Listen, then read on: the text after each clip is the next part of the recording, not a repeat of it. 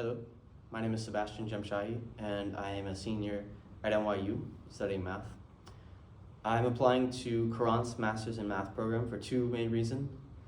The first is, having been at NYU for the last 4 years, having been at Courant, I can see very clearly that everyone is eager to continue learning and they're hungry for knowledge. This is exactly the place that I want to study at. I want to be able to, one, perform research well, and for this, I need to be trained well in mathematical techniques.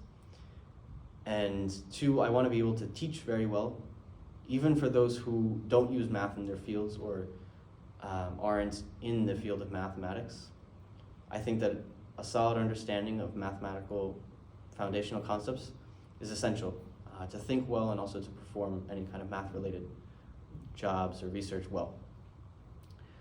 I also think that I would receive the best instruction at NYU from wonderful professors who do research in the areas that I'm interested in, specifically the applications of math to biology, in neuroscience, and also in biophysics. I know that Professor Riestroff is a wonderful professor because of one class that I had in my freshman year in Calculus 3 as a substitute teacher, where he came in and having not been with us for the first 3 or 4 weeks of class, was able to pick up on what we weren't able to understand, the things that gave us difficulty in understanding, and clarify all of those concepts very, very simply. One aspect of teaching that I think is key, and I would definitely be able to train it at NYU. And speaking of simplicity, the proof that I would like to present is one of the simplest, but also one of the most foundational that one might encounter in number theory. So this is the proof that there are an infinite number of primes. We're going to prove by contradiction. So first, we're going to assume that there are a finite number of primes, and thus there must be a greatest prime. We're going to call it n. Another thing I like about this proof, another reason I find it so beautiful, is the number of foundational theorems it uses within. So we're going to take the product of all the primes, 2 times 3 times 5 times 7 times 11, all the way up to n, and we're going to call it y. And then just for clarity's sake, we're going to take y plus 1 and call it x. And this is the simplest part of the proof, but it's the key, is adding 1 to the product of all the primes.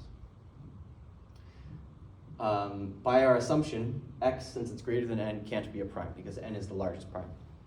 And so, using another very foundational theorem, the fundamental theorem of arithmetic, we can say that x must be divisible by some prime. So now we're going to try all the primes. We can try 2. 2 is in this product, so it does divide y, but therefore it can't divide y plus 1, which is x. We can try 3. 3 is in this product, so it does divide y, but it can't divide y plus 1 for that reason. And we continue in this fashion until we reach the greatest prime, n. n, again, is in this product, so it divides y, but it cannot divide y plus 1 for that very reason. And just like that, we've covered all the primes, and not a single one divides x. So that's our contradiction, and we can say that indeed there are an infinite number of prime numbers. Thank you.